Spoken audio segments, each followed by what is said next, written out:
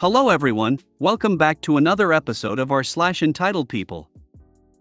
In today's episode, the ER Karen. Client asks me for a discount after a friend dies. Entitled friend. Before we get started, make sure to subscribe so you will never miss a video. So let's get started.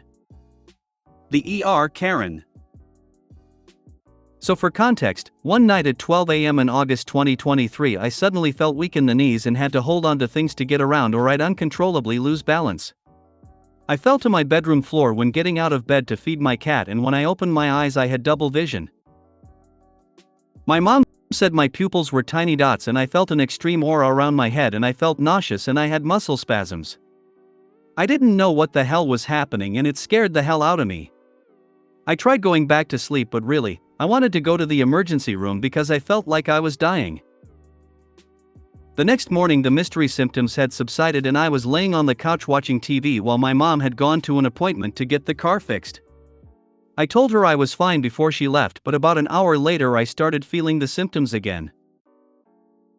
My friend that had stayed the night tried to assure me that it was just the bottle of twisted tea I had the previous day, but I wasn't convinced a mere 12-ounce bottle of 5% alcohol volume would make me feel like dying.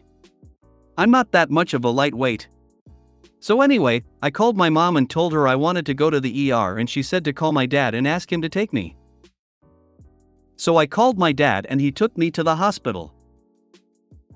Sorry for the long intro. I promise it gets interesting from here. So we arrive at the emergency room, and after I check in I see a lady with her 4 to 5 years old son who apparently had a skin rash. Even more context, he wasn't in anaphylactic shock or anything. Just a case of contact dermatitis from an allergen or something. Not something to go to the ER for. So at first Karen seemed fine when we engaged in some small talk, but it only spiraled from there. Apparently she had been waiting for over an hour and it was beginning to show. Her kid was getting antsy and was scratching his arm where the rash was located. Karen went from, "Sweetie, I know it itches but please don't scratch," to "Stop scratching now." Karen meter rising. Then her kid started running around and laughing and she told him to sit down in an ugly tone, and of course, he didn't. He then took his shoes off and continued running with his mother and a couple employees chasing him around the room. This is where Karen's temper was at critical levels and she said, "If you don't sit down right now, we're leaving," as if he were misbehaving at a toy store or something. Like seriously, if your kid's rash is such an emergency, why would you threaten to leave? Eventually I get called into the office and Karen jumps in front of me and starts yelling, "No! I was here first!" The doctor was bewildered and he signaled for me to keep going. I inch past Karen and watch her from the office. She continued yelling and stuck her finger in the doctor's face saying, "My son is having a severe reaction. I have been waiting for over an hour and I was here first. If I don't get called in the next 20 minutes, I'm complaining." Severe reaction, indeed. I wish I could have recorded this, but I was afraid I'd get in trouble and I was afraid to look at my phone screen in case my double vision returned. But I will always look back on that day and laugh. Oh darling, story of my career. 20 years ERRN here. Amazing how many people do not seem to understand that an ER is sorted by triage and not first come, first served. I was in and out of the hospital for over a 10-year period for what eventually was a series of autoimmune disorders. My husband and I had ER visits down to a science. We got to a point where we'd play entitled people bingo in the ER waiting room. The worst were the people who'd call an ambulance because they thought it meant instant front-of-the-line privileges and would get pissed when they were wheeled into the waiting room instead. It would have been faster and less expensive for her to take him to an urgent care clinic. That's on her. Yikes, I hate it when people use the ER as a walk-in clinic. It's not first come first serve. It's who's most emergent.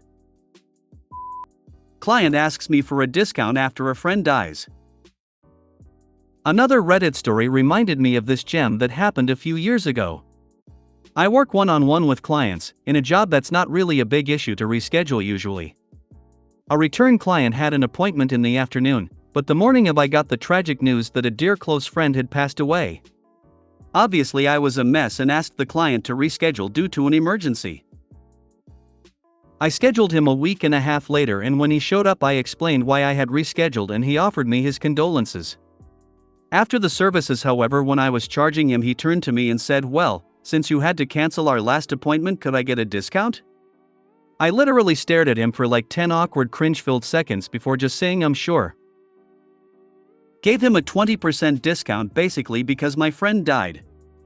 I took his payment and then made up an excuse to say goodbye quickly. He definitely knew he messed up as he looked a bit like a dried up turd when he paid. He tried to book in again, but I made up an excuse to avoid him for like half a year until I got over it, and once I finally booked him in again he was much more sensitive and calm, and even tipped me afterwards. I don't live in a tipping culture. I don't know what to say, that guy's the nicest fool I've heard of in a long time. People really can be all about them. I had to cancel appointments with clients after my dad died, and most were very understanding. However, I had a few who were mad they missed a week, even though they were advised they could extend their subscription to make up for the week I was out. After over 30 years of working in my profession, it still hurts my soul. I would have done the same after my dad died in 2016. I would think he was joking. Then when he realized that it wasn't funny, didn't know what else to say. Hopefully. Entitled Friend. Hey everyone. I am a 31-year-old female and I am also a stay-at-home mom. My child goes to preschool and I watch a 10-month-old baby. I have my hands full with the baby and it's known. He is not an easy one. I am always doing for people and never getting anything in return. I get taken advantage of, which is my own fault. I have this friend who is always wanting people to do things for her, and she is such a mooch and a tightwad. She has a good job. Her entire family lives here. My family lives 3.5 hours away and I have zero help. I figure my shit out. Well, her daughter got into preschool recently, huge waitlist, and she actually talked shit about the school. Anyways, knowing everything I have on my plate, she asked if I'd be willing to take her child to daycare after school. I nicely told her no, and now she's not speaking to me. LOL, I think she thinks I will just come around and bow down to her. Is this seriously worth losing a friendship over? I just can't wrap my head around self-centered entitled asshats. Like, it's insane. She's not out of options. The other options will just cost money or more money, and she wants it to be everyone else's burden. Opinions? Ask yourself this: is her friendship worth keeping?